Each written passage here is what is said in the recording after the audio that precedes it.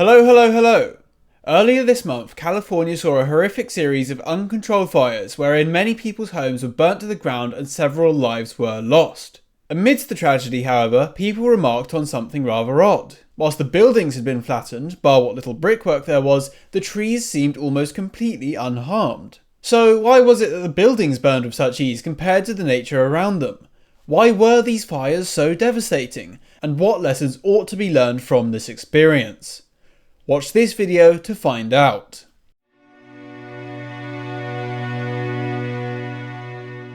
Those smartest among you likely already know where this video is going. In any case, I shall now take a diversion from the recent news to talk about something far older, the fable of the Three Little Pigs. The story, a German folktale, talks about three little pigs sent out into the world by their mother to make something of themselves. The first little pig, the laziest and most immature, built his house out of straw. The second little pig, the middle of the three, built his house out of sticks, whilst the third pig, the most diligent of the three, built a sturdy house out of bricks, an ordeal that took him far longer than the efforts of the other two pigs. Later, a big bad wolf came by, smelling the pigs from miles away. The wolf arrived at the first little pig's house of straw. Little pig, let me come in. No, not by the hair of my chinny chin chin. Then I'll huff and I'll puff and I'll blow your house down. And so the wolf blew down the straw house, exposing the cowering little pig. In some versions the pig then runs off, but in the harsher, more accurate to life and more narratively powerful version, the pig is devoured by the wolf. Then the wolf comes by the second little pig's house of sticks. Little pig, let me come in. No, not by the hairs of my chinny chin chin. Then I'll huff and I'll puff and I'll blow your house down. And so the wolf blew down the stick house too, devouring the pig inside. Finally, the wolf comes by the third little pig's house, the house of bricks. Little pig, let me come in. No, not by the hair of my chinny chin chin. Then I'll huff and I'll puff and I'll blow your house down.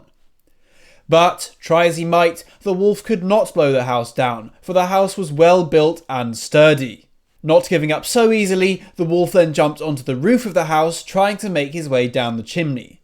Acting fast, the third pig set a fire in the chimney and placed a pot atop it to boil. The wolf, not realising this, jumped down straight into the pot and was boiled alive by the third pig.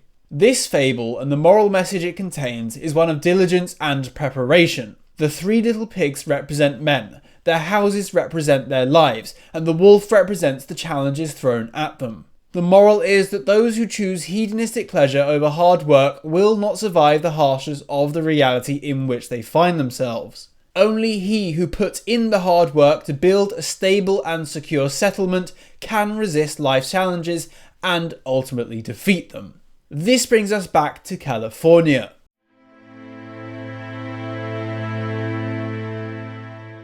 Now, I'm no architect, builder or tradesman, but I am capable of research and I am a qualified Bachelor of Engineering. Not that this qualification is needed though, as all anyone needs to understand is that the typical homes of California are made out of wood and wood burns. But it's actually worse than just that. Some woods, though they are more expensive, are highly resistant to burning. Instead, what many of these Californian houses were built of, and indeed what many typical American homes appear to be a mix of, are chipboards, medium density fiberboards or MDF, cheap timber frames, and usually a coating of some other cheap material that makes the house look more expensive than it really is. What they are not made of is steel, concrete, bricks, stones, or any other sort of long-lasting material. But why not? Well, this lady here, B Young Design, is saying that it's a matter of making these homes earthquake-proof. After all, California is prone to a lot of earthquakes, and earthquakes have destroyed a lot of traditionally built homes in the past. However, in my opinion, this is pure cope. Materials do not exist on some spectrum of earthquake resistance on one end to fire resistance at the other.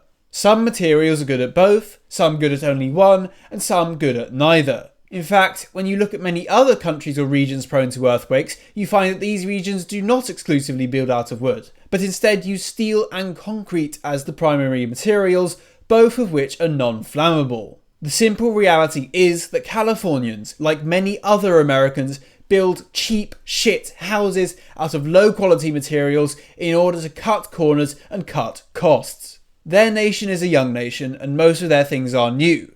So too is their culture one of waste, impermanence, cheap construction and preferring to cut costs over ensuring good quality, all of which is a vestige of their wild western frontiersman days. Is it any wonder that it was American companies, despite having invented the most advanced technology on the planet, that created the culture of planned obsolescence, of throttling iPhone batteries after a mere 2 or 3 years, and of constantly buying new rather than preserving the quality of old? The idea of building homes that will last for centuries to come is as alien to many of them as tipping a self-checkout till for allowing you to scan a single bottle of water is to me. Americans, as a cultural mass, are the embodiments of the first two of the little pigs, something they have been getting away with for far too long. Though I say they get away with it, but that's not actually true.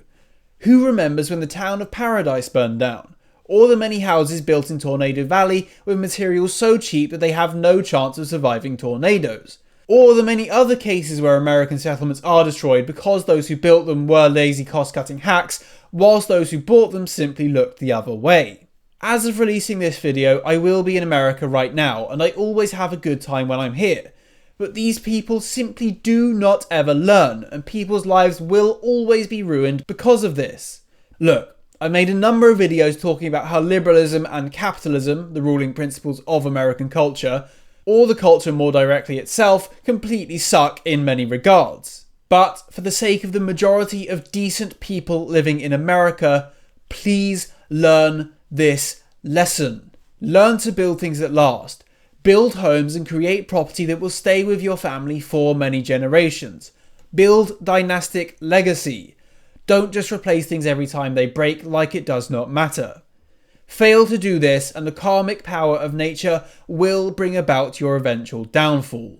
Anyway, that is all for now. It goes without saying that the many lives lost in these fires are a total tragedy, and those who have lost lives and livelihoods have my full sympathy. I'm not trying to culturally grandstand here, rather I'm imploring you to stop making these same mistakes. For what it's worth, Americans aren't the only ones who do this, and they aren't the only ones who pay the price either.